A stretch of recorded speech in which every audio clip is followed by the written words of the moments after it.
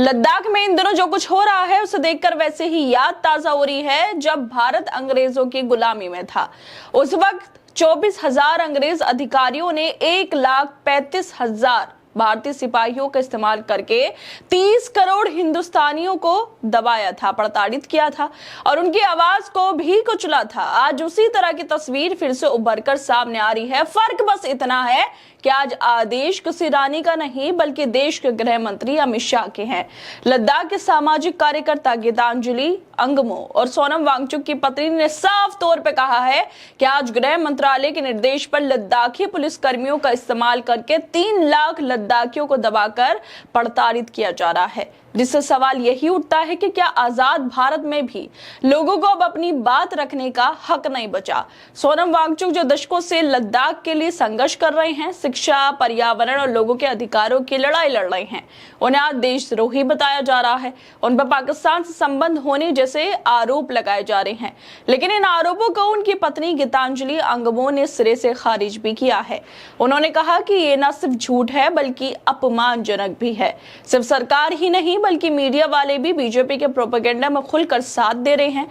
लद्दाख के लोगों को बदनाम किया जा रहा है, फेक न्यूज फैलाई जा रही है, सोनम वांगचुक की छवि को धूमिल करने की कोशिशें की जा रही हैं, उनके देशभक्ति पर सवाल खड़े किए जा रहे हैं ताकि जनता के बीच उनका विश्वास तोड़ा जा सके। दरअसल सरकार ने पहले लद्दाख के लोगों की मांगों को नजरअंदाज किया, फिर जब सड़कों पर आए, प्रदर्शन हुए तो गोलियां चली, 4 लोगों की मौत हो गई। सोनम वांगचुक को एनएसए के तहत गिरफ्तार करके जेल में डाल दिया गया। पाकिस्तान के साथ लिंक होने की जांच हो रही है, देशद्रोही बताया जा रहा है। सोनम वांगचुक की पत्नी गीतांजलि इन आरोपों को खारिज कर रही हैं। वो कह रही हैं कि हमें संयुक्त राष्ट्र जलवायु सम्मेलन में आमंत्रित किया गया था, जहां उन्होंने सिंपल लाइफ जैसी पहल के लिए पीएम मोदी की प्रशंसा की थी। इसके साथ ही वो लगातार मीडिया को लेकर भी सवाल उठा रही हैं और मीडिया को लेकर कह रही हैं कि मीडिया सोनम वांगचुक के बारे में बेशर्मी से फेक न्यूज फैला रहा है।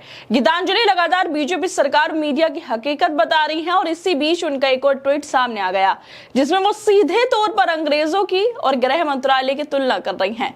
कह रही हैं कि जो काम ब्रिटिशर्स ने भारतीयों के साथ किया वही काम गृह मंत्रालय और अमित शाह करवा रहे हैं। गीतांजलि ने अपने ट्वीट में लिखा है कि क्या भारत वाकई में आजाद है। 1957 में 24,000 अंग्रेजों ने 1,35,000 भारतीय सिपाहियों का इस्तेमाल करके रानी के आदेश पर 30 करोड़ भारतीयों को दबाया था। आज एक दर्जन एडमिनिस्ट्रेटर्स के आदेश पर 2400 लद्दाखी पुलिसकर्मियों का इस्तेमाल करके 3 लाख लद्दाखियों को दबाया और प्रताड़ित किया जा रहा है गृह मंत्रालय के ऑर्डर पर। क्या वाकई मोदी सरकार ब्रिटिश शासन की तरह बनती जा रही है? जिस तरह अंग्रेजों ने अपने फायदे के लिए भारतीयों को ही भारतीयों पर इस्तेमाल किया, वैसे ही कुछ आज भी हो रहा है। जो सरकार से सवाल पूछता है उसे देशद्रोही ठहरा दिया जाता है, जो अधिकार मांगता है उसे डराया जाता है।